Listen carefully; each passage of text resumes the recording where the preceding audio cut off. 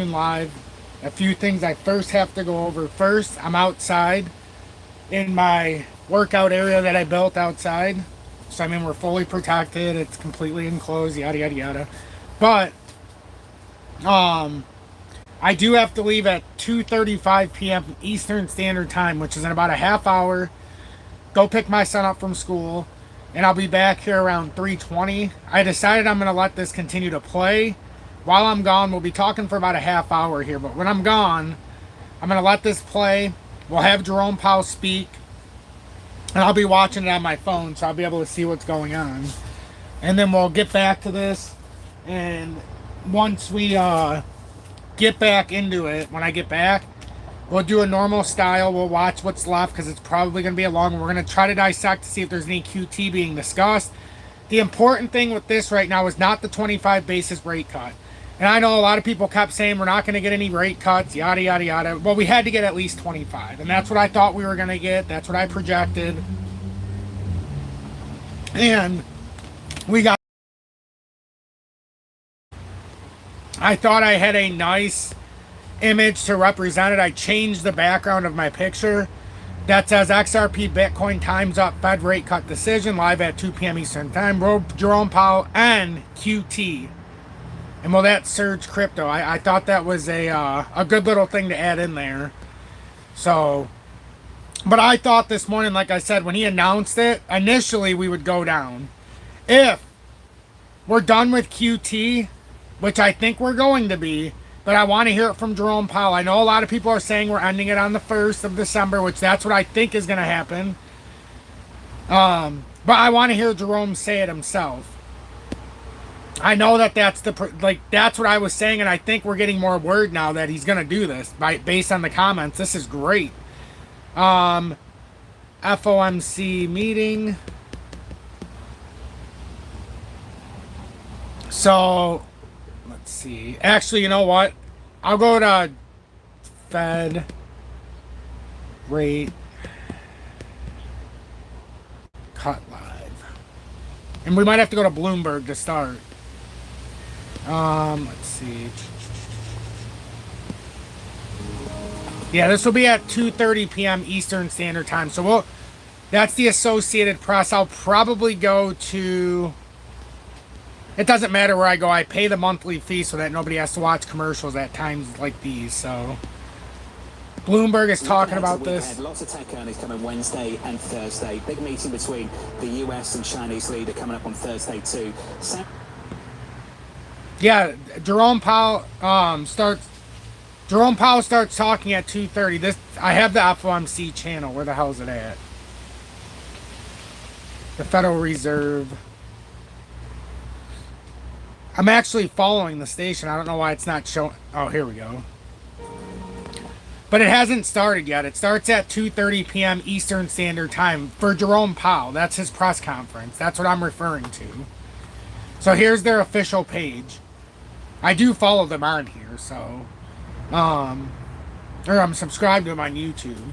But yeah, this starts at 2:30 p.m. When I leave, I'll simply just hit play. It'll probably already be started by the time I have to walk out. It's in the written statement. Excellent. Excellent. Guys, QT is absolutely bullish for crypto. If they end QT on the 1st of December, that's going to be a crypto. We could get a short squeeze of the top side. I know we have a technical move up for XRP that technically it wants to go up to the top of this pattern. And let me take the other chart out. It's up at $2.95. Now that we're back within the chart, if we can stay within 264, technically our surge would be up there. We could have a dump, obviously buy the rumor, sell the news, but what we really want here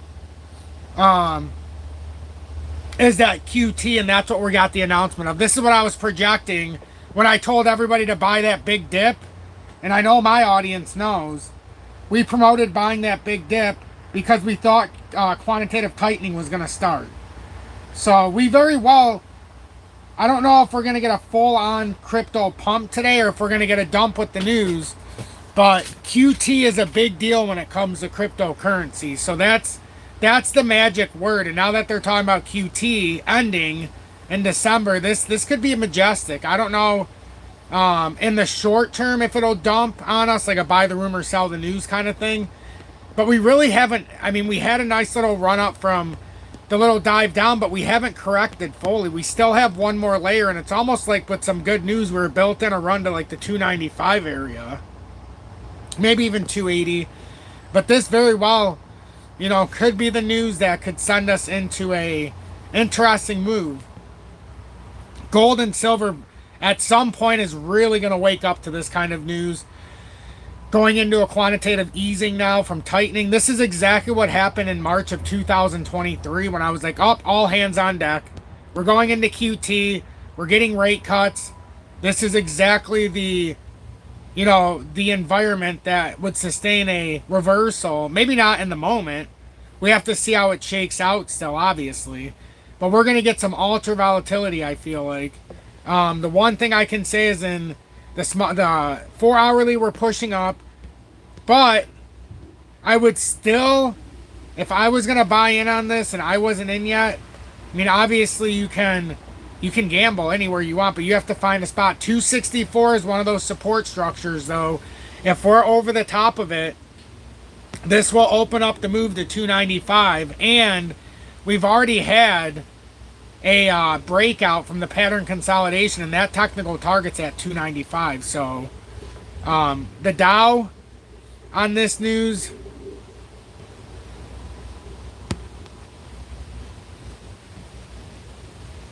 I know some are saying the Nasdaq's going crazy. I was just curious about the Dow as well. Loading ultra slow. Looks like we want to keep the party going. Has anyone bought shares of AACI? It's Armada Exodus Group that is going to be Evernorth. It will switch. Ooh! I completely forgot about that, honestly. That the switch with Evernorth. That's actually a big deal. Shit, I forgot those, the call letters that you just shared. I was trying to read it and look at the rest of the stuff. Because this is... What an interesting spot here.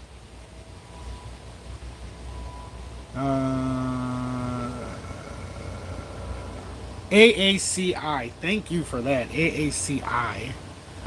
AACI.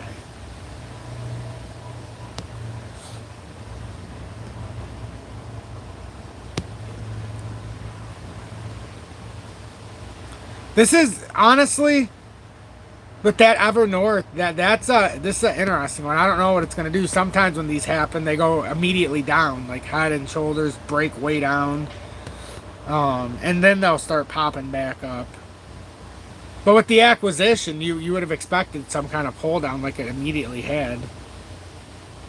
Like it's come down from $14 and right now it's at 10. That's a nice 40% drop, even from where it's at now. That's interesting. I'll have to keep my eye on that one. Quantitative easing. Aren't we happy though? Because this is what we were expecting, and this is a nice little catalyst here.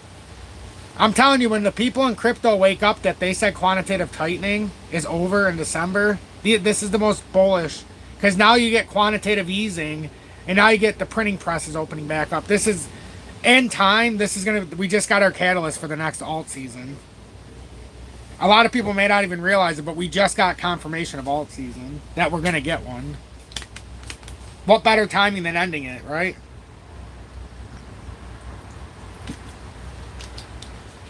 Now, we don't know when it's going to happen. We don't know when the rally's going to start. But at some point here, everybody who had their due diligence is going to be very, very, I mean, can I say it again? Very happy. Make sure to hit that like button. Only 37 likes and 117 people watching. That is a small percentage of likes here, ladies and gentlemen. We got to do better than that. If we want more people to watch our community, we got to do better than 37% or 30% like ratio. Just on a small scale, if I was watching a station and they had 150 or 130 people and it's at 30, and I was all about if it was the like ratio, well, one, they probably would never see it because it's going to go to, it won't go through the algorithm. I'm already shadow banned, so I really need your help. Look, I don't even have lights on. I couldn't even keep the lights on in my little shed. My little, it's not even a shed, but it's my little workout area I created. Like, literally, this is where I'm sitting now. Ready? I'll show you a picture. Hey.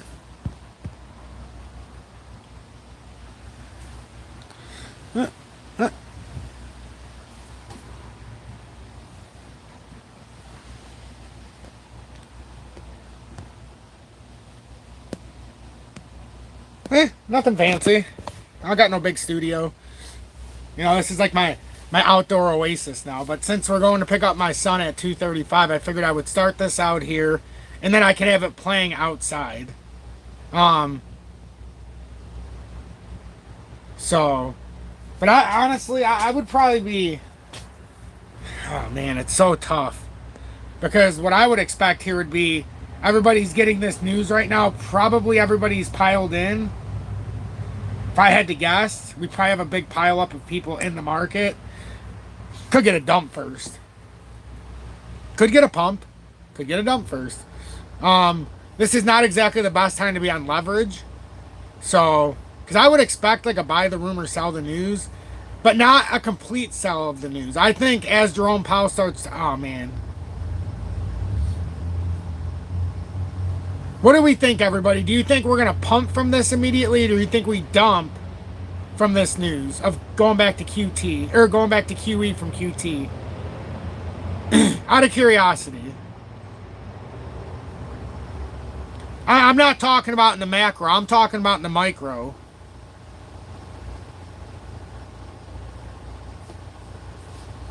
AS says dump.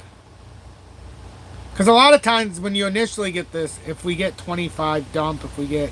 No, we got 25. They already... It's already confirmed. 25 basis points.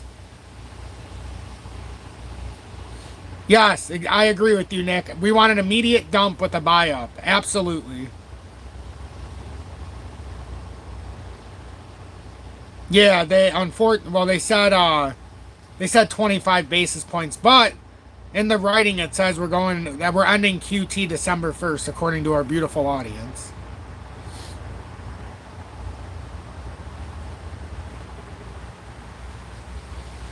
No, I know it's an interesting area. Now, if we did get a dump, some are saying the dump to fill that CME at 251, which is not impossible. It's really not. It's just... New ticket will be XRPN. Interesting. I was hoping pump, but dropped my leverage trade to buy back the dump. Interesting, Jesse. Yeah, I don't know if we're going to get a dump. It just depends how the market reacts. We could just get an immediate buy-up, too. It's a little tough at the moment, because we did get that news. So once I think more people realize its quantitative tightening is ending, that could be a steep signal for the institutions to start buying this back up. You know, in a deeper way for the pockets. Scotty Trades, Tanya reminded us earlier, the cut is already priced in. Absolutely. Absolutely. The 25 basis point, I agree, is already filled into the market.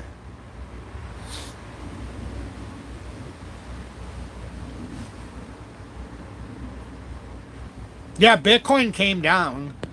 Bitcoin came down to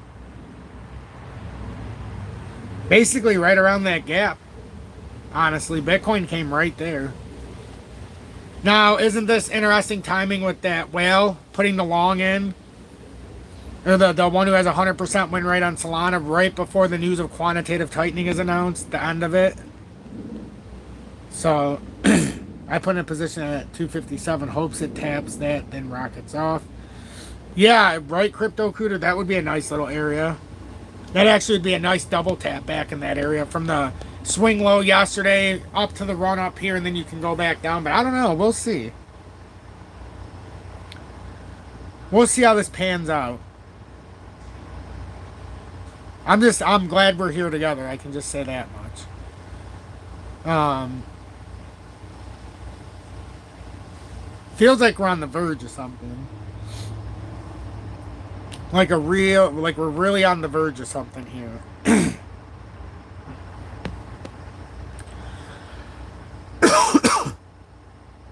Yep, 25 basis points. But like I said earlier, everybody, today's wasn't about the size of the cut. Today was to hear if they were going to say quantitative easing is going to start fully at the end of quantitative tightening, which we got. That's the big news of the day.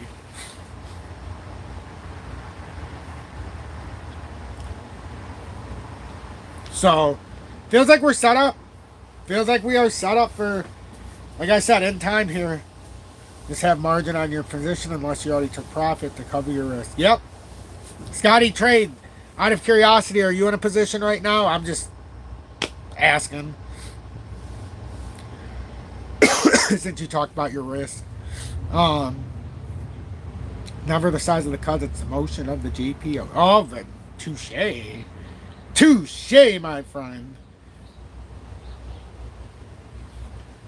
I have 2 open, yes.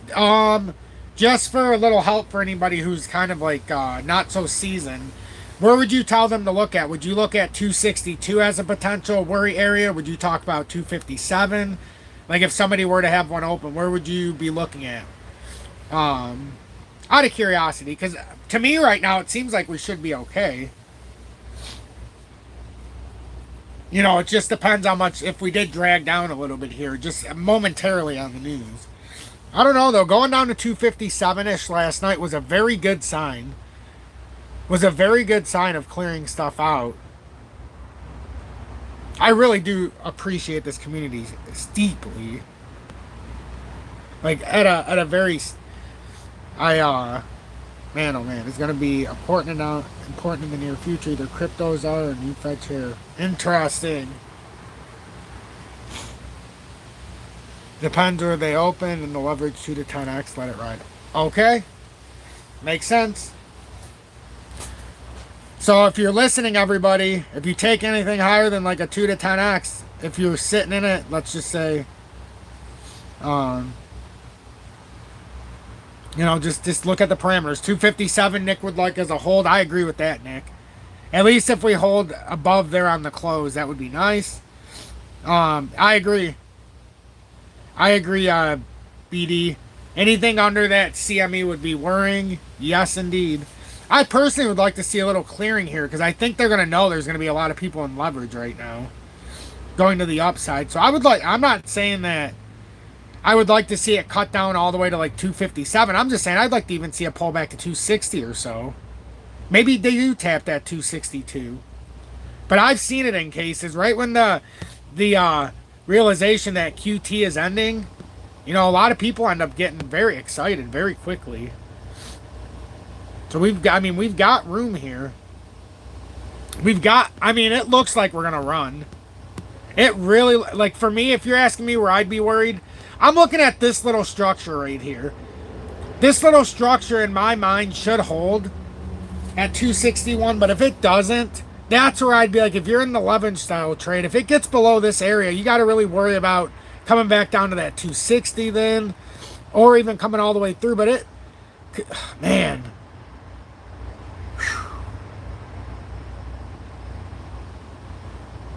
Do you have margin to cover a drop to 252? That's what you should watch. Absolutely. I think that's a good point. Because that gap is right there at 251 and some change.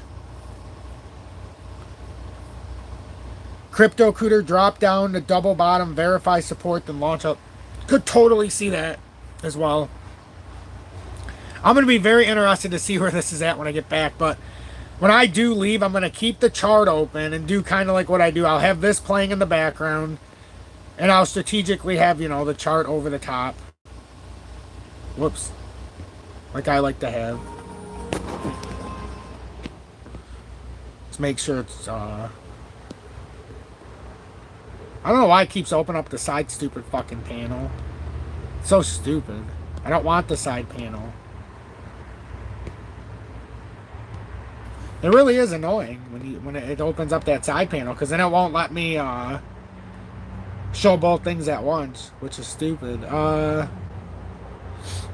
So Sorry, there's nothing I can do about that. That's YouTube at its fucking fine. Excuse me, at its finest.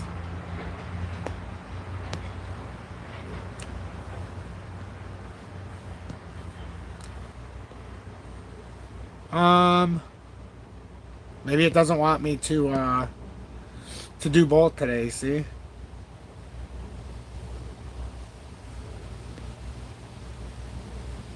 Wouldn't be the first time it does that. Wouldn't be the first time.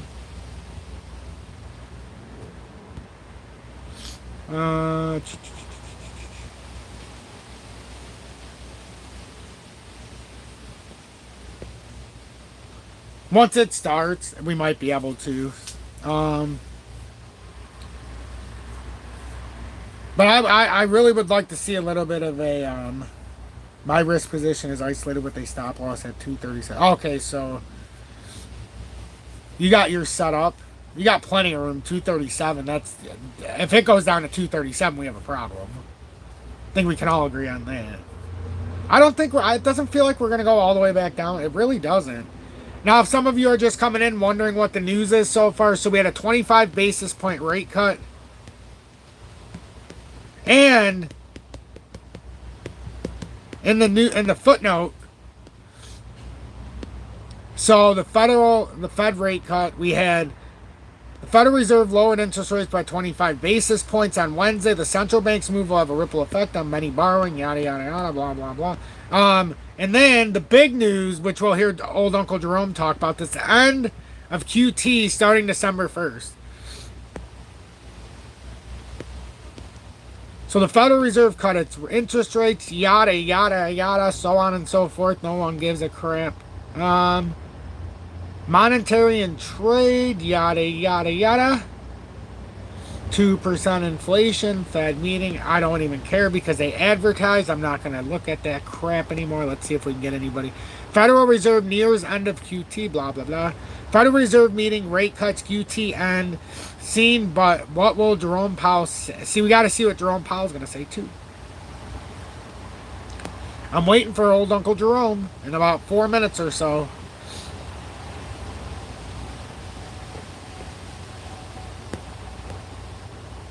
I just want everybody to be cautious with leverage, as always, and listen to some of the guidance.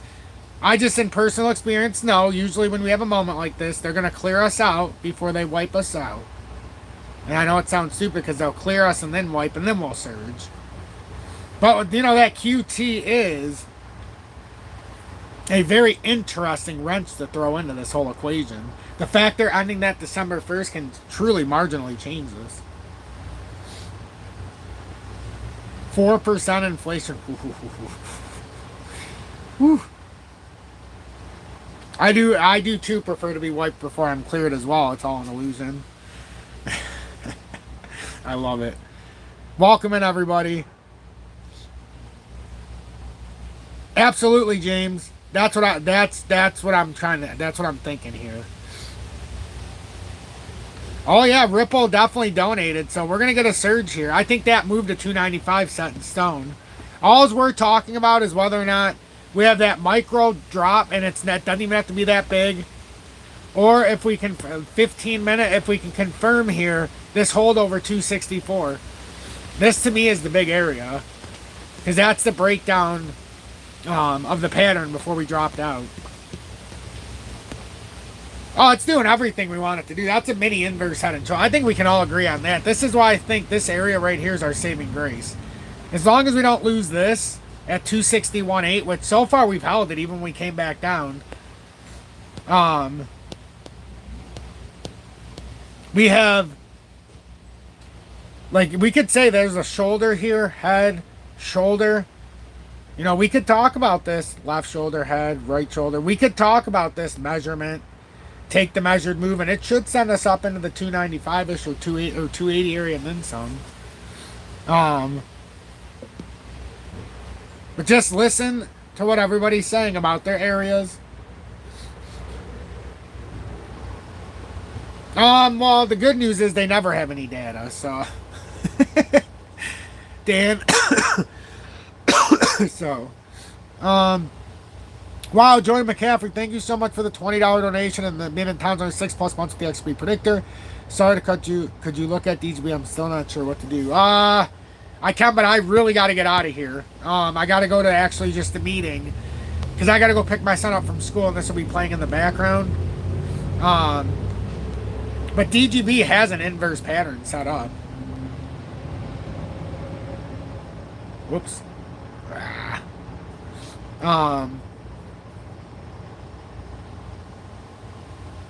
DGB is working on this right here. So it's either if we drop down, then we have to come back down into here. But if we move up and then break out, it's all golden. So a drop down would get you somewhere around the 0.055 area. But as long as you maintain this push, you know, this should... I don't know, a lot of these patterns make it seem like we can make a little push. But when I get back, hopefully I'll remember and I'll try to revisit that. But I got to walk inside because we got to go get my son. I'm going to put on the FOMC meeting, and then we'll reconvene when I get back. Hopefully some of you will be here. I'll put this on so then when people come in, they won't even know I'm not here, some of them. I'll go like this. Spooky. Let's see. Let me make sure the volume's up.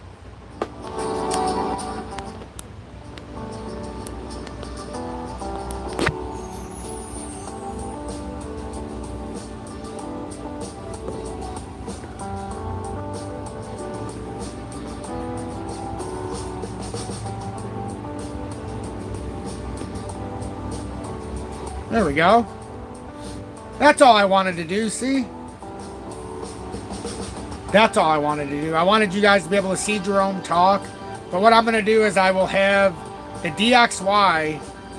I'll have it like this in the background so you guys can see what's going on in the daily. And then I'll bring it down here so that we can see all of our favorite cryptos in real time. How about that? Yeah, I like that. So. Oh, this is not live. I was going to say, he has to be live. All right, everybody. Have fun watching old Uncle Jerome, and I'll see you when I get back from picking up my son. Has been expanding at a moderate pace. GDP rose at a 1.6% pace in the first half of the year, down from 2.4% last year. Data available prior to the shutdown show that growth in economic activity may be on a somewhat firmer trajectory than expected, primarily reflecting stronger consumer spending. Business investment in equipment and intangibles has continued to expand, while activity in the housing Jerome, let me sector watch remains this. What are weak. you doing? The shutdown of the federal government will weigh on economic activity while it persists, but these effects should reverse after the shutdown ends. In the labor market, the unemployment rate remained relatively low through August. Job gains have slowed significantly since earlier in the year. A good part of the slowing likely reflects a decline in the growth of the labor force due to lower immigration and labor force participation, though labor demand has clearly softened as well. Although official employment data for September are delayed, available evidence suggests that both layoffs and hiring remain low, and that both households' perceptions of job availability and firms' perceptions of hiring difficulty continue to decline. In this less dynamic and somewhat softer labor market, the downside risks to employment appear to have risen in recent months. Inflation has eased significantly from its highs in mid-2022, but remains somewhat elevated relative to our 2% longer-run goal. Estimates based on the Consumer Price Index suggest that total PCE prices rose 2.8% over the 12 months ending in September, and that, excluding the volatile food and energy categories, core PCE prices rose 2.8% as well. These readings are higher than earlier in the year as inflation for goods has picked up. In contrast, disinflation appears to be continuing for services. Near-term measures of inflation expectations have moved up on balance over the course of this year on news about tariffs, as reflected in both market and survey-based measures.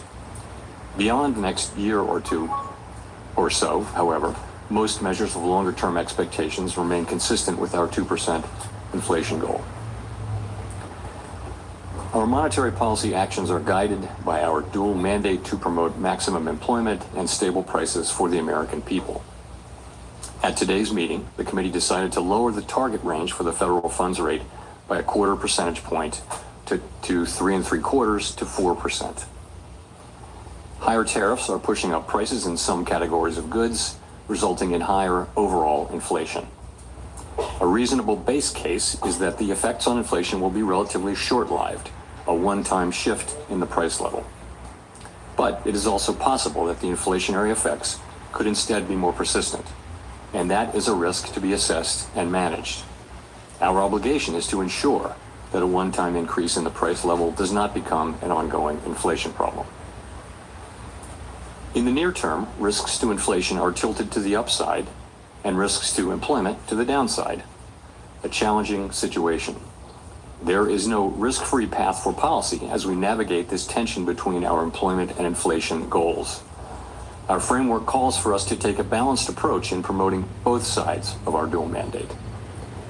With downside risks to employment having increased in recent months, the balance of risks has shifted.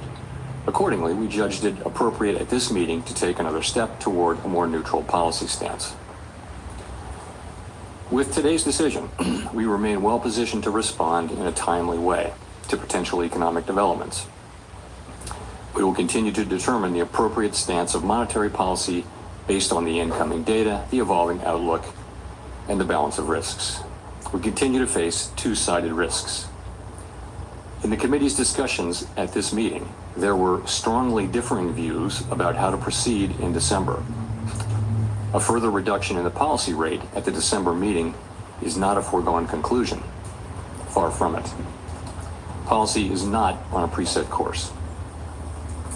At today's meeting, the committee also decided to conclude the reduction of our aggregate securities holdings as of December 1. Our long-stated plan has been to stop balance sheet runoff when reserves are somewhat above the level we judge consistent with ample reserve conditions. Signs have clearly emerged that we have reached that standard. In money markets, repo rates have moved up relative to our administered rates, and we have seen more notable pressures on selected dates, along with more use of our standing repo facility. In addition, the effective federal funds rate has begun to move up relative to the rate of interest on reserve balances. These developments are what we expected to see as the size of our balance sheet declined and warrant today's decision to cease runoff. Over the 3.5 years that we've been shrinking our balance sheet, our securities holdings have declined by $2.2 trillion. As a share of nominal GDP, our balance sheet has fallen from 35% to about 21%. In December, we'll enter the next phase of our normalization plans by holding the size of our balance sheet steady for a time, while reserve balances continue to move gradually lower as other non-reserve liabilities, such as currency, keep growing. We will continue to allow agency securities to run off our balance sheet and will reinvest the proceeds from those securities in Treasury bills, furthering progress toward a portfolio consisting primarily of Treasury securities. This reinvestment strategy will also help move the weighted average maturity of our portfolio closer to that of the outstanding stock of Treasury securities, thus furthering the normalization of the composition of our balance sheet. The Fed has been assigned two goals for monetary policy: maximum employment and stable prices. We remain committed to supporting our maximum employment, bringing our inflation sustainably to our 2% goal, and keeping longer-term inflation expectations well anchored.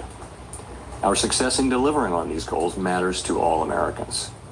We understand that our actions affect communities, families, and businesses across the country. Everything we do is in service to our public mission. We at the Fed will do everything we can to achieve our maximum employment and price stability goals. Thank you. I look forward to your questions.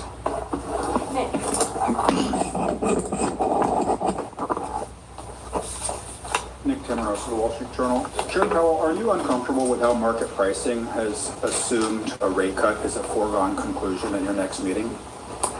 Well, as I just mentioned, a further reduction in the policy rate at the December meeting is not a foregone conclusion, as I've just said. So I would say that needs to be taken on board. We had, just say this, 19 participants on the committee. Everyone works very hard at this and takes their obligations to serve the American people very seriously. And at a time when we have tension between our two goals, we have strong views across the committee. And as I mentioned, there were strongly differing views today. And the takeaway from that is that we haven't made a decision about December. And, we're going to be looking at the data that we have, how that affects the outlook and the balance of risks. And I'll just say that.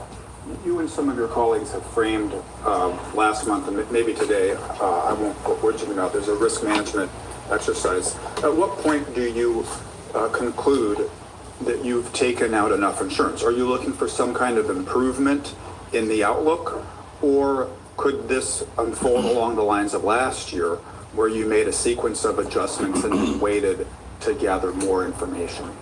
So the way I've been thinking about it is the risks to the two goals. For a very long time, the risk was clearly of higher inflation, and then that has changed now.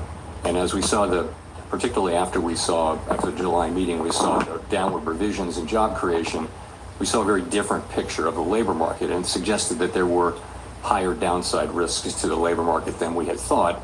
And that suggested that policy, which we had been holding at a I would say modestly, people would say moderately restrictive level, needed to move more in the direction over time of neutral.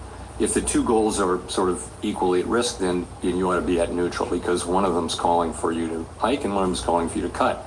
So if that got back into balance, then you'd want to be roughly at neutral. So in that sense, it was a risk management. And I would say the same about today, sort of the same logic. But as I mentioned, going forward is a different thing.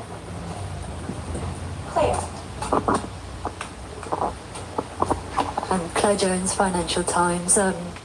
Thank you for taking this question. We've just heard from you that the discussion in December and the conclusion of the discussion is not a foregone conclusion. I'd like to just dig into that a little bit more about what sort of arguments were brought up. Was there any consideration, for instance, of the investment we're seeing in AI and some of the generation of household wealth through rises in stock prices related to the AI boom? Thank you. I wouldn't say that's a factor in everyone's assessment of the economy. I wouldn't say it's the driving factor. I don't think for anybody. I guess I would say it this way. Once again, I would just point out that we have the situation where the risks are to the upside for inflation and to the downside for employment. We have one tool. You can't do both of those. You can't address both of those at once. You've got a very different situation. So you have some people have different forecasts, right? So they'll forecast faster or slower progress on one or the other. And they also have different levels of risk aversion. And, some will be more averse to inflation overruns, and some will be more averse to underruns of employment. And so you put that together, and as you can see from the SEP and from the public discussion that goes on between the meetings when participants go out and talk, they're very disparate views. And they were reflected in strongly differing views in today's meeting, as I pointed out in my remarks. And that's what leads me to say that, that we haven't made a decision about December. I always say that. It's a fact that we don't make decisions in advance. But I'm saying something in addition here, is that it's not to be seen as a foregone conclusion. In fact, far from it.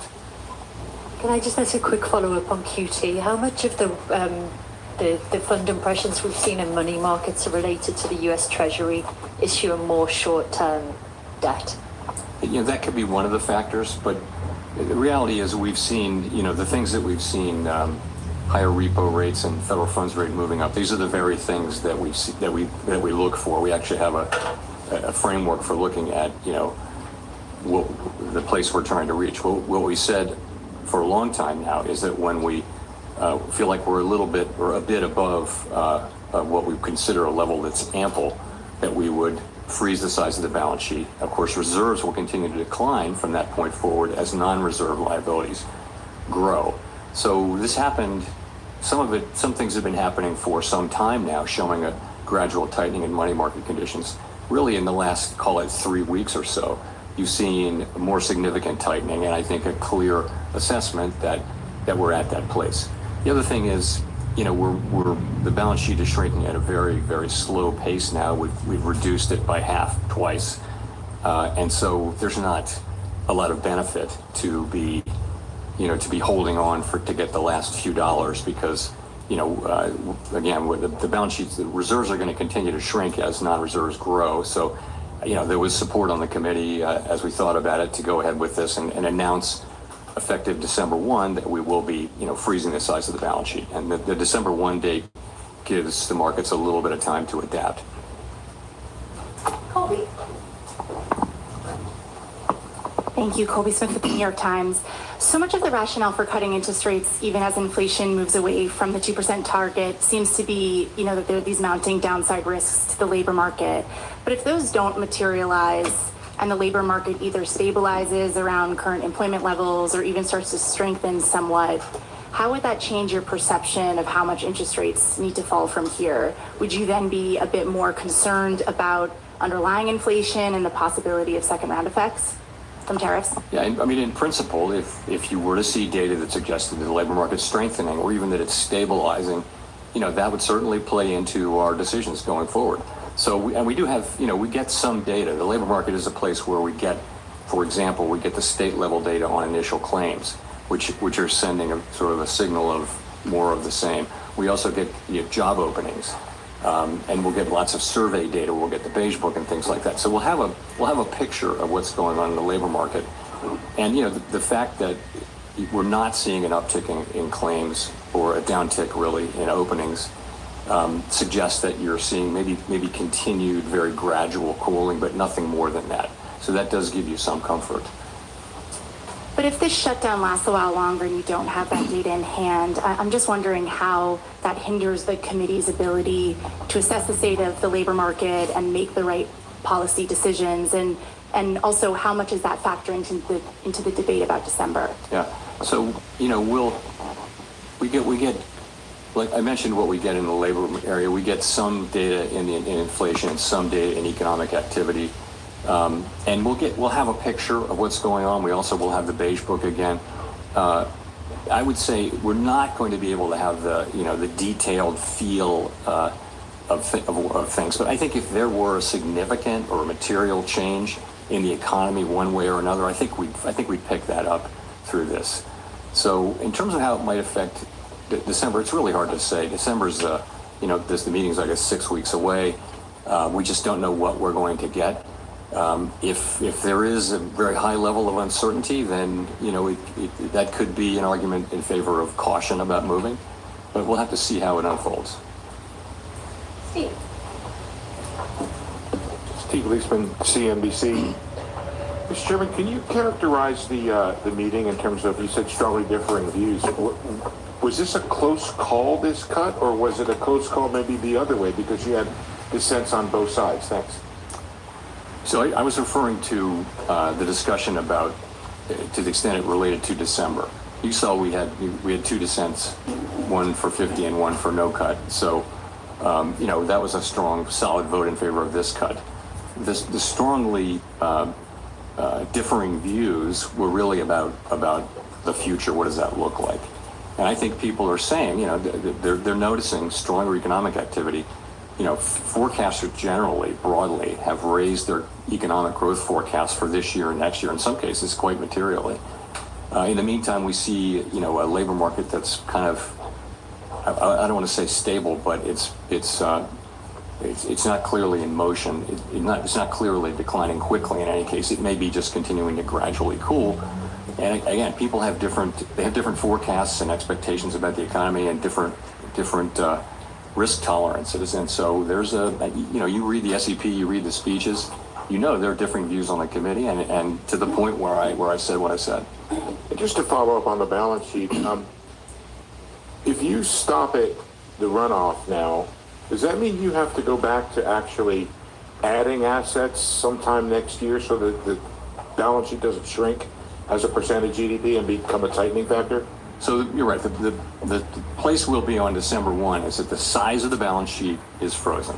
And as mortgage-backed securities mature, we'll reinvest those in Treasury bills, which will foster both a more Treasury balance sheet and also a shorter duration. So that's what, in the meantime, if you freeze the size of the balance sheet, the non-reserve liabilities, currency, for example, they're going to continue to grow organically and because the size of the balance sheet is frozen, you have further shrinkage in reserves. And reserves is the thing that we're managing that has to be ample. So that'll happen for a time, but not a tremendously long time. We don't know exactly how long, but at a certain point, you'll want to start reserves to start gradually growing to keep up with, the size of the banking system and the size of the economy. So we'll be adding reserves at a certain point, and that's the last point. Even then, we didn't make decisions about this today, but we did talk today about the composition of the balance sheet, and there's a desire that the balance sheet be right now it's got a lot more duration than the outstanding universe of Treasury securities. And we want to move to a place where we're closer to that duration. That'll take some time. We haven't made a decision about the ultimate endpoint, but we all agree that we want to move more in the direction of a balance sheet that more closely reflects the outstanding treasuries, and that means a shorter duration balance sheet. Now, this is something that's going to take a long time and move very, very gradually. I don't think you'll notice it in market conditions, but that's the direction of things.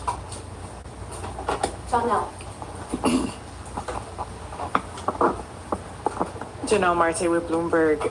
How are officials interpreting the latest CPI report? So some components came in lower than expected, but core inflation was still at 3%. So at this moment, what are you learning about the drivers? And also, do you view that the risks are greater that the Fed makes a mistake on employment or inflation?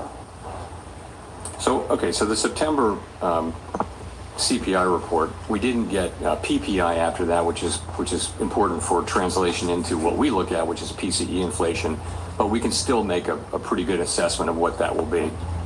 When we get PPI, there might be some adjustments. But so directionally, it was a little softer than expected, and we always break it down into the three components. So basically, you've seen goods prices increasing, and that's really due to tariffs. And that's compared to a longer run trend of very, very mild deflation in goods. So that's moving inflation up. On the other side of that, good news, that housing services inflation has been coming down and is expected to continue to come down. So if you remember a couple of years ago, that's the one that we kept expecting it to do that. Now it's been doing that for some time, and we expect to continue that. That leaves the biggest category is services other than housing services. And that's kind of been moving sideways over the last few months, but a significant part of that is non-market services, and we don't take a lot of signal about the tightness of the economy from that. So if you add all that up, a couple things to say. One is that inflation away from tariffs is actually not so far from our 2% goal. And we estimate, people have different estimates of what that is, but it might be, 5 or 6 tenths, and so that if it's 2.8, then core PCE, not including tariffs, might be 2.3 or 2.4 in that range, something like that. So that's not so far from your goal. So that we look at that, and the thing about tariff inflation is the base case is that it will come, and it probably will increase further. But it is that it will be a one-time increase. And, we've been very focused for all of this year at making sure that that's the case and thinking carefully about what are the pathways through which it could become something else, troublesome inflation. One of those would be, a really tight labor market. We don't see that. I know there could be inflation expectations moving. We don't see that. So I think, we're watching this very carefully. I think it's not the case that we're just assuming that it's going to be a one-time inflation. We understand fully that this is a risk we have to monitor and ultimately manage. With the stubborn services inflation, what are some of the things that the Fed could do to address that, and especially when we're seeing potentially labor supply challenges? Sorry, say that first. The stubborn services inflation that you mentioned. Services inflation. Yeah. Well, again, the part of services inflation that isn't coming down as we would like it to is the non-market part of non-housing services. And overall that's just something that we expect will come down. The non-market part of it should come down. It largely reflects higher stock prices and financial services.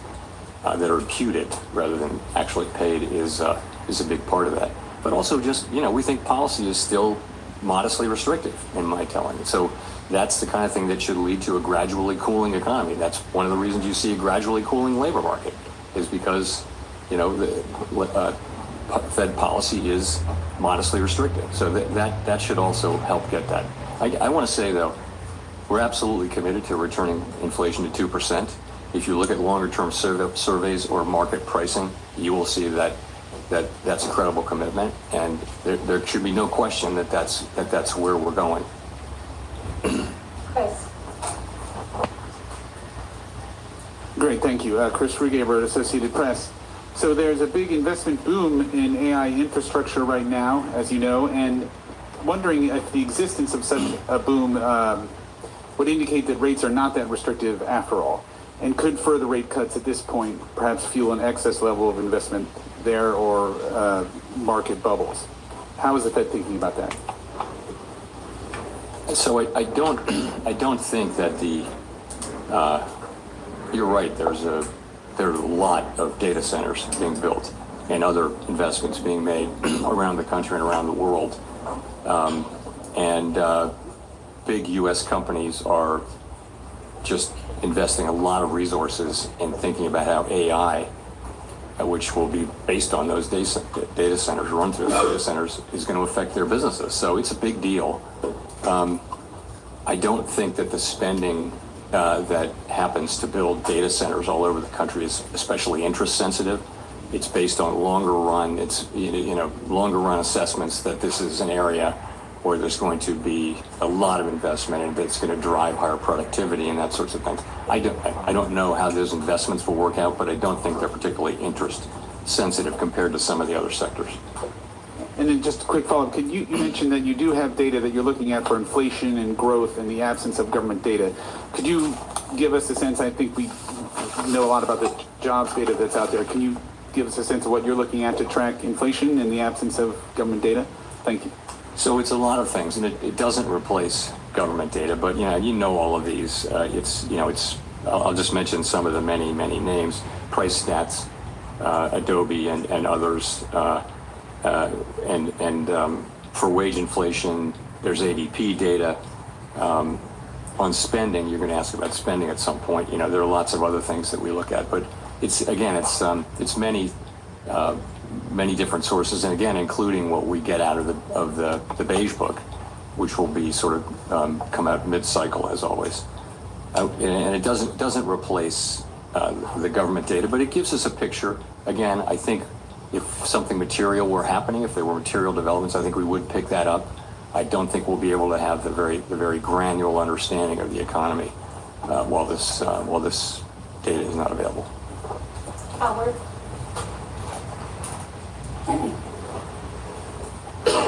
Howard Schneider with Reuters. Thank you. I just wanted you to elaborate a little bit on what you said a moment ago about the lack, a continued shutdown, making it more difficult to make a move in December, and that may make you more cautious. To the degree you are relying on private data that isn't the gold standard, or that you're relying on your own surveys or the Beige Book, do you worry at some point you're going to have to start making policy by anecdote? This is a temporary state of affairs, and we're going to do our jobs. We're going to collect every scrap of data we can find, evaluate it, and think carefully about it. And that's our jobs. That's what we're going to do.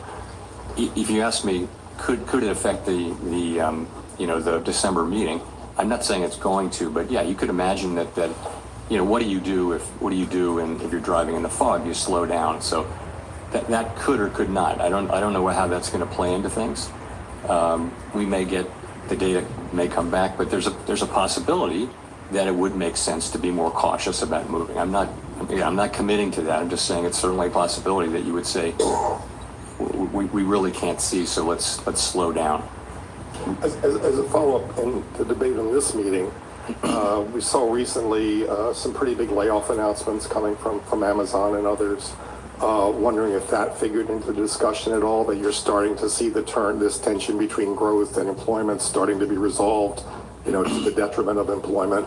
And secondly, some of the stress is starting to appear in the the bottom spur of the K, as they call it, household health premiums that are going to possibly be going up quite substantially, things like that. Has that started to become a factor in your policy discussion? So those are both things that we're watching very, very, very carefully. To start with the layoffs, you're right. You see a significant number of companies either announcing that they are not going to be doing much hiring or actually doing layoffs, and much of the time they're talking about AI and what it can do.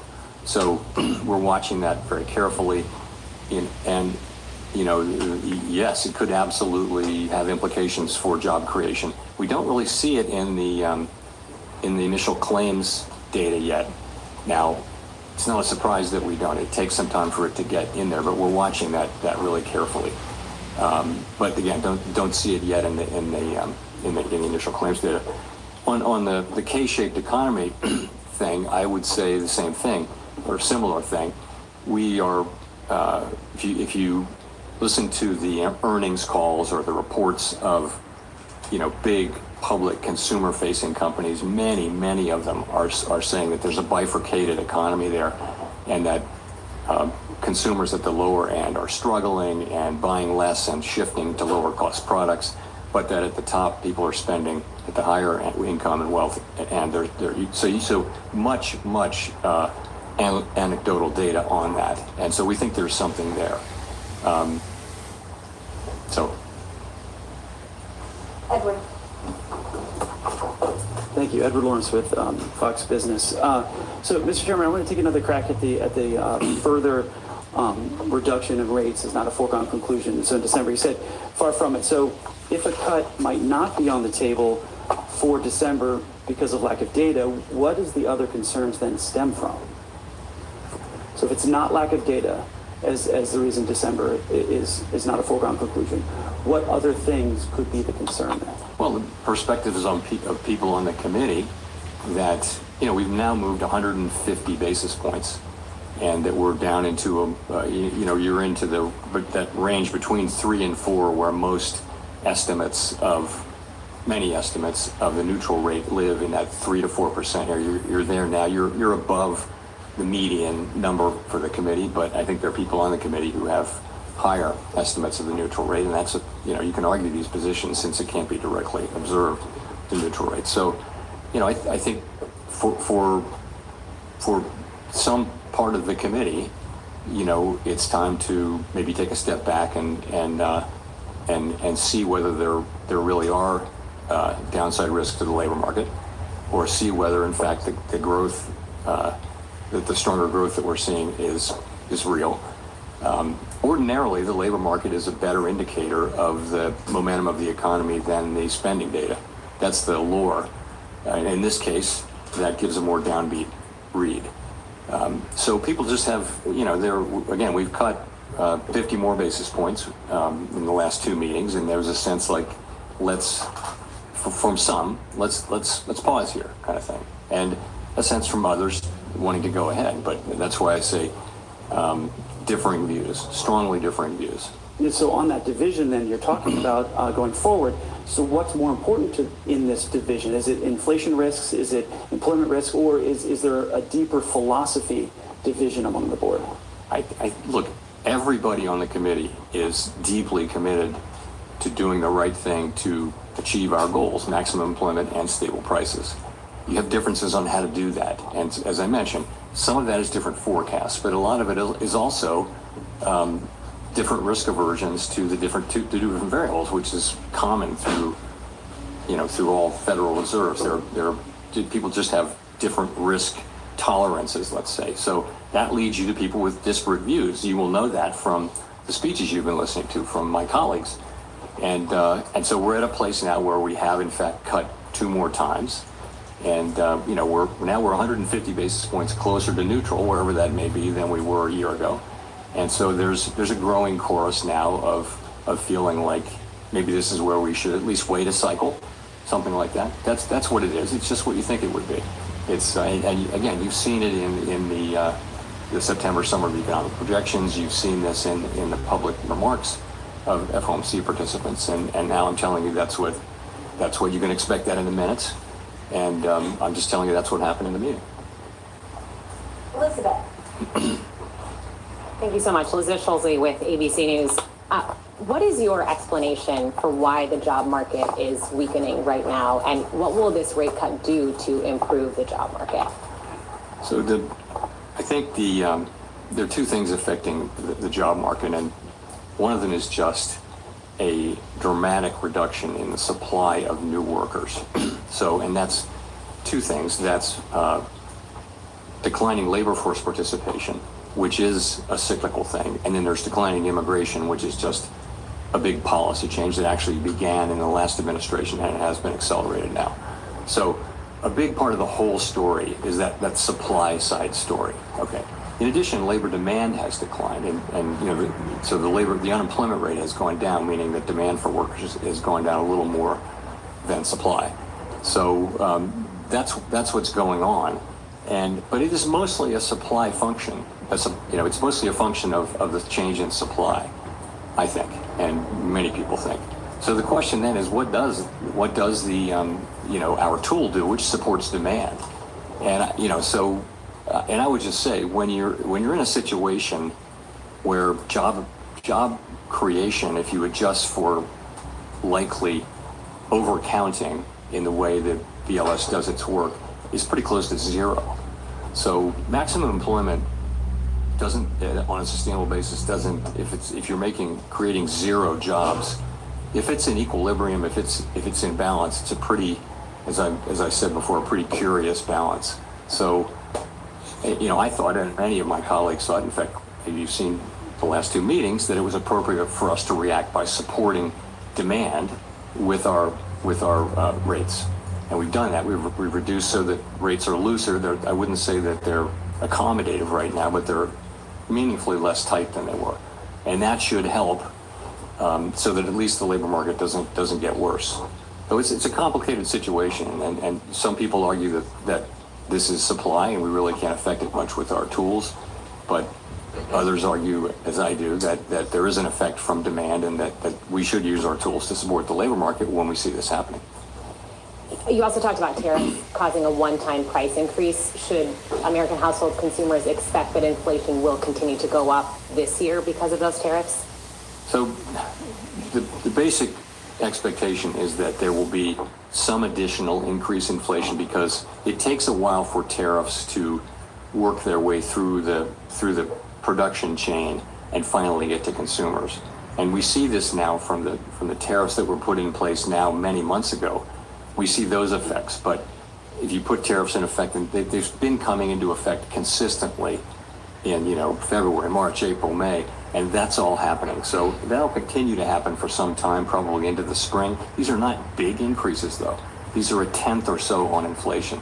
They may be big increases on a particular product that's been tariffed, but overall, these are fairly modest. I think some projections go, we're at 2.8% inflation.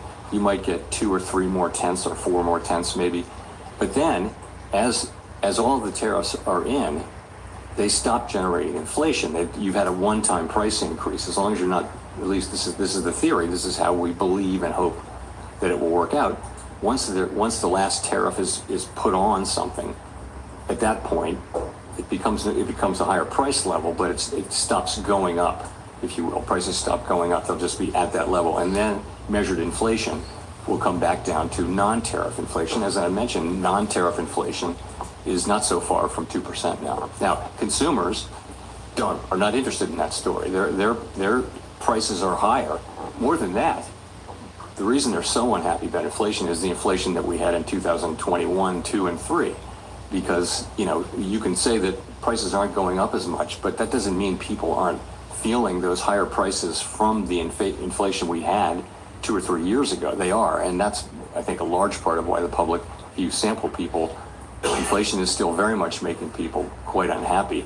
Even, and it's nice that, that prices are not going up as fast as they were, but they're still much higher than they were. And it'll take some time for that effect to wear off. As real incomes rise, it will feel better over time, but that's going to take time.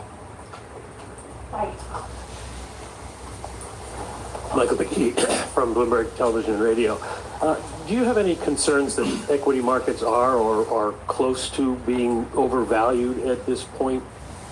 You know, we don't look at any one asset price and say, hey, that's wrong. You know, it's not our job to do that. We look at the overall financial system, and we ask whether it's stable, whether it could withstand shocks, right? So, you know, banks are well capitalized, while some households are clearly under stress. In the aggregate, you know, households are in good shape financially, relatively manageable levels of debt. At the lower income spectrum, you are seeing rising defaults, particularly around subprime auto, but nonetheless, in the aggregate, pretty good. You don't see too much leverage in the banking system or the financial system.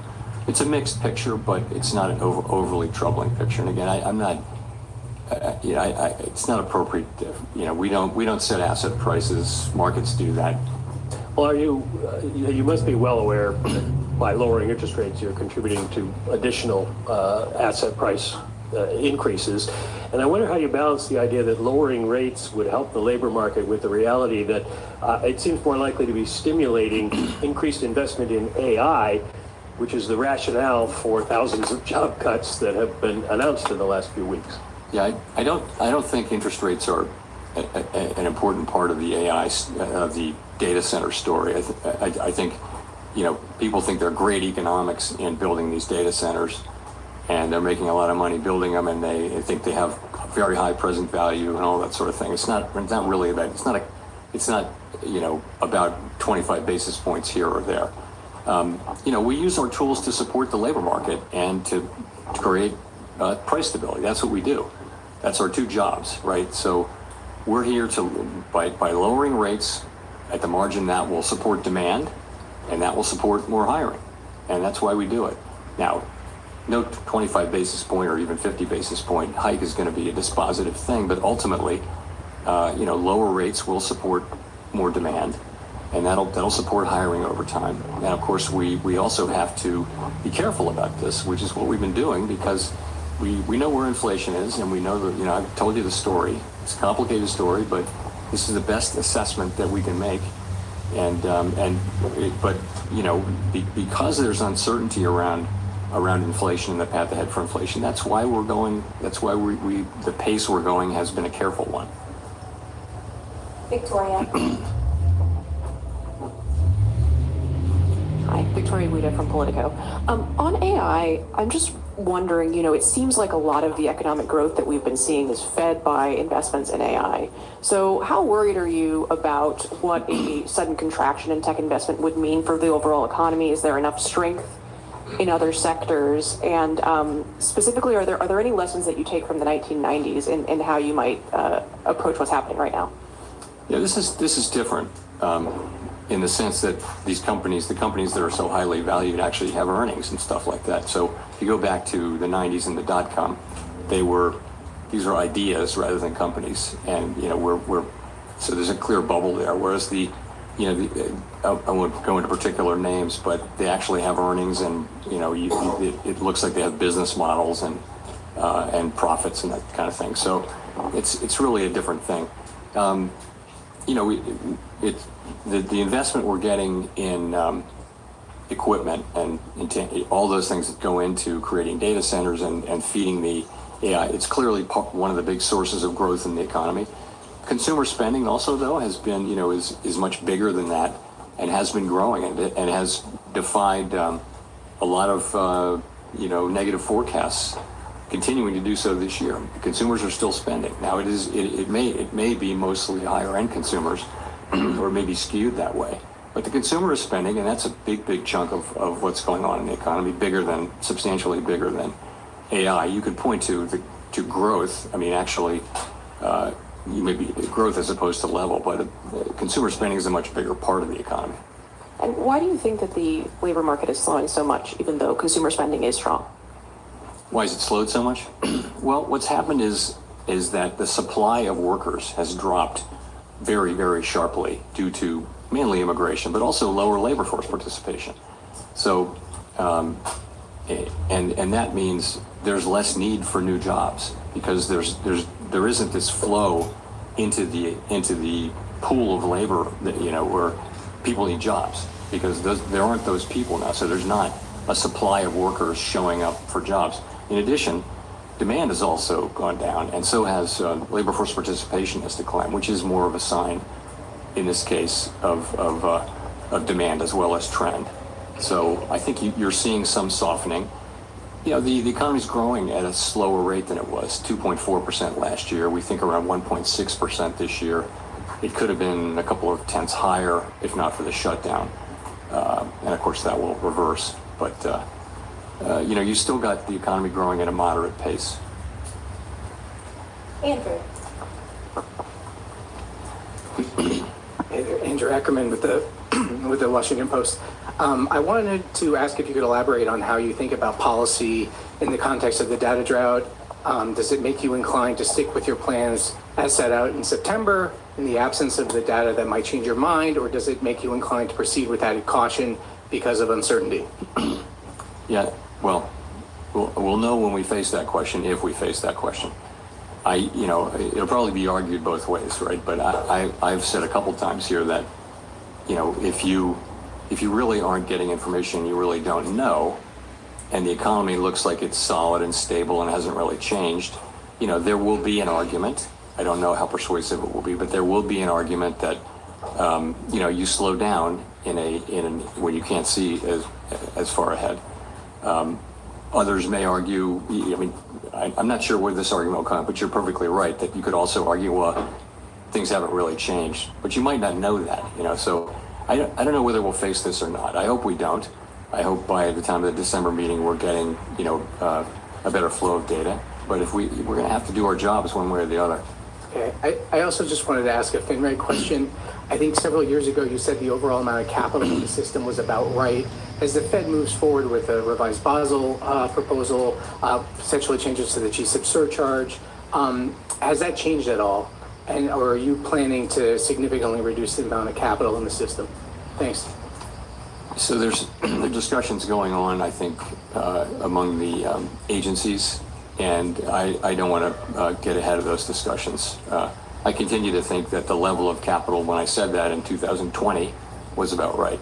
And of course, there's been much capital added since then through various mechanisms. But I look forward to. I know those discussions are really just getting going. They haven't come to the point where they're got a whole plan and that kind of thing. So I really don't have much to say on that. Hi, Chairman Powell. Brian Chung with NBC News. Is the weakness in the jobs market accelerating, and who's at risk if the interest rate cuts are not the effective medicine for a further slowdown in the labor market? We do not see the weakness, as you put it, the weakness in the job market accelerating. I would say, and again, we didn't get the September employment report, payroll report, but we look at, the unemployment insurance claims, initial claims are reported at the state level, and we still get those, and we can accumulate them and get the national number. And there's really, in no story, you can look at the numbers. Same thing with the job openings we get from Indeed. There's just no story over the last 4 weeks. It's kind of stable. So you don't see anything that says that the job market is, or really any part of the economy is making a significant deterioration. Don't see that. You see more things like I mentioned, though, which is that, you see big companies making announcements of either of layoffs or of the idea that they won't need to hire.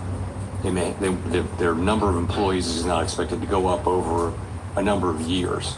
There may be different people working there. They say that too, but they don't need a bigger head count. So you see those kinds of things. You don't see it in the aggregate numbers. The layoff numbers have not gone up, but job creation is very low. And the job finding rate for people who are unemployed is very low. But the unemployment rate is very low as well. 4.3% is a low unemployment rate. So as you make these cuts, is it the lower income workers that you're thinking about, or those who might have their jobs automated? Is there a particular section of the labor market that you're particularly? So we can't, our tools don't allow us to target any demographic or any income level, that kind of thing. I do think that people, we saw this during the global financial crisis and the long recovery. if you have a long period of very strong labor market conditions, it benefits people at the lower end the most. The last 2 or 3 years of that long expansion, people at the lower part of the income spectrum were getting the biggest benefits, and you know, lots of things were happening in that space demographically, which were very constructive. And you know, we're not at that place right now. But so, yeah, you know, I mean, a stronger labor market is the best thing we can do for the public. It's also part of our job. It is half of our job, but it is absolutely the best thing we can do for people. You know, along with keeping prices stable. Those two things. I mean, inflation also hurts people on fixed incomes more than other people. Hi, Chair Powell, Courtney Brown from Axios. As you know, the 12 Reserve Bank presidents' terms are up for renewal at the end of February. I'm wondering if you can give us a timeline for when the board will consider those reappointments and whether we can expect everyone to be re-upped or if we can expect some changes. So it's a process that we go through under the law. The way the law works is we have a reappointment process every 5 years for all of the reserve, each of them and all of them. We're in the middle of that process, and we're going to. Of course, that would happen when I left. I knew that was going to happen really at some point. Okay, thank you. Daniel. Daniel Davis, Agence France Presse. You've now had dissents in 3 consecutive FOMC meetings, It's but in not, this meeting Phil. you had dissents going in both directions, and you've just Still gotta mentioned get the to strongest agreement over 251. the future path of rate cuts. Have these disagreements complicated your role presiding over the FOMC meetings, and if so, how? I wouldn't say that. No, I think you know, you have to take what comes, and what comes right now is you know, a pretty challenging situation where we have, first of all, we have 4.3% unemployment. We have an economy that's growing close to 2%. So, you know, overall, it's a good picture. It's a good picture. But in terms of our policy, we have upside risks to inflation, downside risks to employment, and this is a very difficult thing for a central bank because, you know, one of those calls for rates to be lower, one calls for rates to be higher. We can't do both, so we have to balance the two. And so it's a challenging thing, and you know, as we have worked our way through this process, you would expect that there would be a range of views across the committee on what to do and the speed with which we should do it, and that's what we have. That makes a lot of sense to me.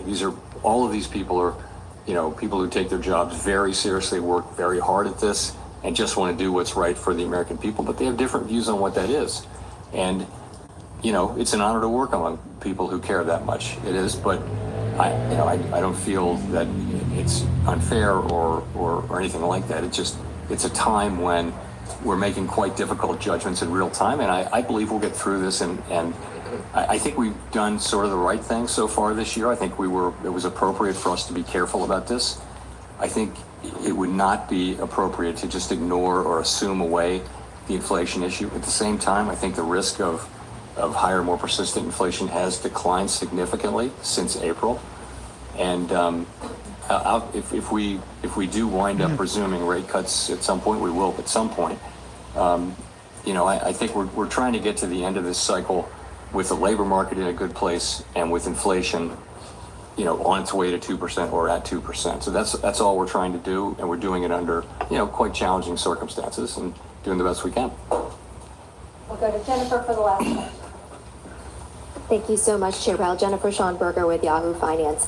Both regional and large banks have taken losses on loans given delinquencies on subprime auto loans. JP Morgan CEO Jamie Dimon warned, when you see one cockroach, there may be more likely. I'm curious how the Fed is looking at these loan losses and if it poses risks to the financial system or the outlook for the economy. Is it a warning sign? So, you know, we're obviously we watch these things very carefully, credit conditions very carefully. You're right. You've seen rising defaults in subprime credit for some time now, and now you've seen a number of subprime credit, automobile credit institutions having significant losses, and some of those losses are now showing up on the books of banks. You know, we're looking at it carefully. We're paying close attention. I don't see at this point a broader credit issue. It doesn't seem to be something that has very broad application across financial institutions. But we're going to be monitoring this quite carefully and making sure that is the case. And then separately, many, you yourself have said that we're in a bifurcated economy right now with high net worth individuals continuing to spend with the lower income pulling back. How much of consumer spending continuing hinges on the stock market remaining strong? In some odd way, does the market help keep the economy buoyant? So there's some relationship there, but remember, the more wealth someone has, the lower an additional dollar of wealth matters. So your marginal propensity to consume declines quite dramatically as you reach levels of stock market wealth. So, the stock market, it would affect spending if the stock market went down, but it wouldn't drop sharply unless there were quite a sharp drop in the in the stock market. People at the lower end of income and wealth have a much higher marginal propensity to consume of an incremental dollar of income or wealth, but they don't have the stock market wealth. So I think it's certainly a factor supporting consumption right now.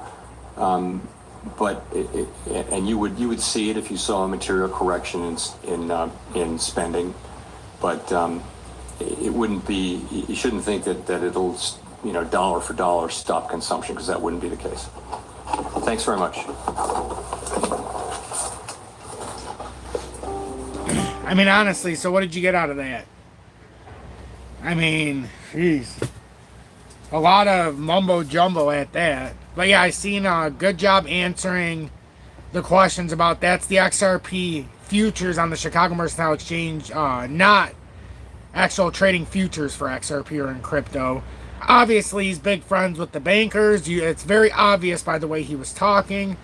Cockroaches, but I mean, is he speaking with them when it's within itself? I mean, but the allure of quantitative tightening ending in December is very much something to, be happy about.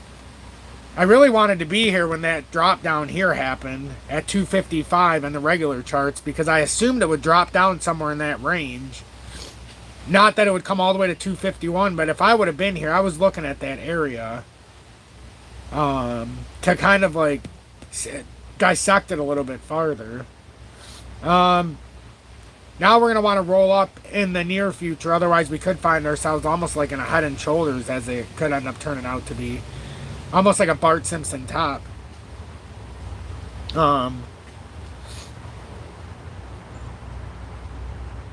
one of those things. Even a back test here would be 242 if it fell below 251.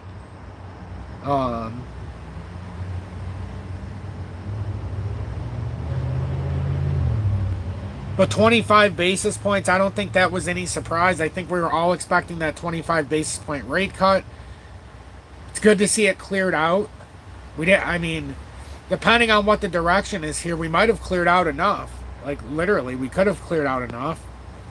Bitcoin in the futures chart came all the way down. And, I mean, Bitcoin cleared its gap from on Friday. So, I mean, I believe, unless this didn't update, it's not letting me move this for some reason. But, yeah, that 25 basis rate cut, that was absolutely built into the market. Now, the only thing that we got that was different from just a rate cut is the fact that they talked about the end of quantitative tightening by December 1st, which means you're on full-blown quantitative easing. And everybody remembers our last real bearish drop when we bottomed out in the crypto market back in March of 23, all around. That ended with quantitative tightening, flipping to quantitative easing, and a re-expansion of the money supply with simultaneous rate cuts. And that's what's happening now. So, oh yeah, I talked about it, Mr. Brown. I talked about how that was not the, if you're doing leverage, I would wait for whatever drop they were going to have during the Jerome Powell speech, because it's, in my experience, they always liquidate down. And I was saying around 257, 256 maybe. I see it hit 255 on the regular charts, 258 on the futures chart. But But the Bitcoin CME filled, so that is very interesting. Thanks, Nick, for the confirmation. Along with Hood, I appreciate that. And crypto, yep, crypto kudo, exactly. Christopher Brown, unfortunately, that is the harsh reality of doing leverage, my friend. Very harsh reality. That's why I wasn't in one at the moment of the... I just didn't know. Because we always get those, and I don't even know if we're ready to blow up yet or not. We're still, to me, we're below that one special area. I want us to be over 266 or filling 252. But they did that on purpose. They did liquidity grabs here, for sure. They grabbed liquidity, so to put it in perspective, and it's painful because I know some of our audience is amongst the ones because you can't not have your part of your own. That was a 4% drop in a matter of minutes. So on 4%, you're talking anybody who was about 23x and up liquidated. And like I said, the average retail likes 35x. So just consider that. That was a harsh pull down. Lost 550x on. Oh yeah, that is brutal. Hopefully you learned something from your experience. But yeah, at least you have the funds to replace it, so you didn't do it from a standpoint of not having capital. It's just, the futures market is a very brutal game. It's a very brutal game in the leverage side of things. That's why I'm trying to give more advancements in the Telegram with the new section here that we're working on, because it's something that needs to be done. It's just something that needs to be done. Thought I missed something else. Thanks, Evan. Be careful. I don't know how much, but I'd scale that down if you get an opportunity to load on the pullback. Oh yeah, see, good advice, MQ. Good advice, because right before that drop happened, you gave perfect advice to Jesse. That's awesome. Because you even put down that 252 to 256 area, and look where it already tapped at 254-ish. That was solid advice, MQ. That was real solid. Scotty trades in here in the Telegram is MQ. Solid advice. That's why I put a lot of faith in you and what we're about to do in there. Same with Nick. Nick's been trying as well. But yeah, you showed how to mitigate the risk, and honestly, you were on the money. Will Algo revisit all-time highs? I would. My first instinct would say yes. My first gut instinct would say yes, but we've got a long ways to go before we get up there. A lot. I think Scotty's perfect for what we do in here. Because I preach patience. I preach, having a position to buy and then just wait. And if it doesn't come there, you're just waiting forever. And he actually takes that from the future side of things. He can help devolve it or involve you into it a little bit deeper, which is phenomenal.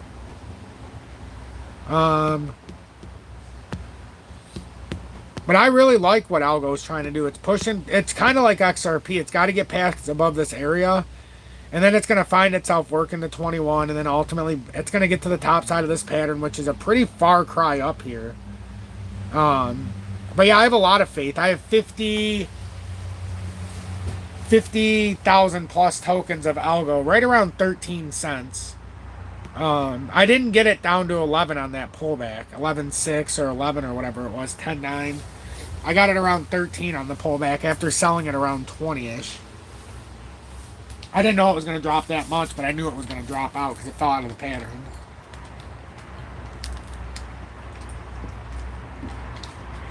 But it seems to me that something big's building for Algo. Really big. I think the whole market does have something big. Weekly's extremely oversold. The one thing getting in the way are the dailies, because the dailies are overbought. The weekly will win out eventually, but it could be after a short-term correction. We're below all the resistance areas, though. Like for XRP, we're below the resistance area. For a lot of them, we're below the resistance area. Most of them look just like that with Algo and XRP. Axel, I talked about in the earlier live. It's up 3.8% now here. Little bit of a push up. Nothing huge. But Axelar is so far undervalued. It's got some space. Daly's in a much cleaner spot for Axelar right now. It's cleaner. Weekly is very oversold. Extremely oversold. Eventually, these are going to have their make-in moments. They're going to have their moments. Believe it. They will have their moments. See you guys. I got to get my hours to work. Scotty Trades, get back to work, my friend. We'll see you in the Telegram, my brother. I'm so proud to have you in the Telegram and in here. Very trusted mod in Towns Iron for his second month with Best Dallas Crypto News. And just does a lot of work. I know this live's been going for an hour and a half. I know my son's inside, so I'm going to have to go there eventually because we just got back from school not too long ago. But I just wanted to make sure to go over a couple of these real quick. As we're going to get a lot of shuffling as we talk about it. Just there's nothing we can do about this. This is what I expected. Scotty Trades even said the same. That he expected a pullback after like a buy the rumor, sell the news event. So I think it's doing what we wanted, but we did hear the magical words of QT, so get ready. Ending. So just get ready. December 1st it ends, which means we're going to start to build up. It's going to be another November rally, more than likely, like we've been anticipating. It might not be the first week, but by the second week in November, we should start to see some real traction here. So, I'm XRP Future Millionaire. I will let you guys get back to your doings. I'm going to go make sure my son's doing good. I'm a little stuffy and congested, so I got to go blow my nose and stuff. And then remember the escrow dump on the 1st. But yeah, we've got so much opportunity here, everybody. Don't be afraid. Ultimate opportunity in front of us. Like, just ultimate opportunity. If you're watching and you're not part of the channel, make sure that subscribe button. If you're looking to trade, whether it's leverage or spot, make sure you look in the video description below in their pinned comments. TOOBIT. Lowest spot and leverage trading fees, no KYC worldwide, and it's a worldwide exchange, even available now in New York. So make sure you don't get slaughtered by fees. Craig, you are welcome, my friend. Thanks for being in Towns over 6+ months with the XRP Predictor and Syrian. And Crypto Kuda for being very trusted mods in here in the Telegram and also in Tom's Army. I greatly appreciate it, everybody. Thank you all so much. Edgar, have a good evening. I gotta go blow